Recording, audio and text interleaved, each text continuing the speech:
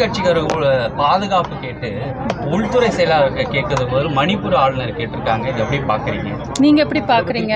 இல்லை, உங்களோட கருத்து என்னவோ அதை சொல்லுங்கள். இல்லை, அரசியலுக்கு வந்தவங்க இன்னும் பாதுகாப்பு கேட்டு யாருக்கு லெட்டர் எழுதணும்னு கூட தெரியாதவங்க, அவங்களோட பாதுகாப்புக்கு யாரை கேட்கணும்னு தெரியாதவங்க, இவங்க எப்படி மக்கள் பாதுகாப்பு பற்றி பேசுகிறாங்க? மக்களுக்கு நல்லாட்சி தருவாங்க, மக்களை காப்பாற்ற போகிறாங்க. ஃபஸ்ட்டு அவங்க அரசியலில் இருக்கிற என்ற எழுத்தை கற்றுக்கிட்டு அப்புறம் வர சொல்லுங்கள். இல்லை, தமிழகத்தில் திமுகவுக்கு தங்களுக்கு தான் போட்டி, அதிமுக இல்லாதபடி சொல்கிறாரு விஜய். எப்படி பார்க்குறீங்க? அப்படி பேசினா தானே ரிப்போர்ட்டர்ஸ் எல்லாம் நீங்கள் போய் அவரை பார்ப்பீங்க. இல்லைன்னா அவரை ஏன் திரும்பி பார்க்க போகிறாங்க? ஷூட்டிங்க்கு வந்தாருன்னு ஒரு நாள் பார்ப்பாங்க, 2 நாள் பார்ப்பாங்க, அதுக்கு மேலே அவரை பார்க்க மாட்டாங்கல்ல. விஜயை யாரும் இப்போவும் தமிழ்நாட்டில் அரசியல் தலைவரெல்லாம் பார்க்கல, ஒரு கட்சி தலைவரெல்லாம் பார்க்கல, ஒரு நடிகர் விஜயை பார்க்கறதுக்கு கிரேஸாக வராங்க.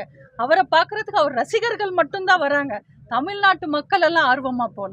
நேற்று காஞ்சிபுரத்தில் உதயநிதி ஸ்டாலின் அவர் வந்து பிரச்சாரத்தை தொடங்கும்போது நான் காஞ்சிபுரம் மண்ணில் தொடங்கியிருக்கேன், ஆனால் எடப்பாடி ஐயா வந்து பிஜேபியுடைய பிரதமர் வராரு, அவர் மண்ணில் தொடங்குறாருன்னு சொல்கிறாரு. எங்கள் எடப்பாடியார் அவர்கள் தொடங்கினது வந்து மயிலாப்பூர்ன்றது தமிழ்நாட்டோட தலைநகரத்தில் தான் இருக்குது. நாங்கள் அவங்க அப்போதைக்கு பிஜேபி வேட்பாளர் கூட அறிவிக்கலை. பிஜேபியோட தொகுதி நாங்கள் பங்கீடு செய்கிறதுக்கு முன்னாடியே அவரோட ப்ரோக்ராம் நாங்கள் வெளியில் வந்தது. சரி, காஞ்சிபுரத்துக்கும் உதயநிதிக்கும் என்ன சம்பந்தம்னு எனக்கு கொஞ்சம் கேட்டு சொல்லுங்கள்.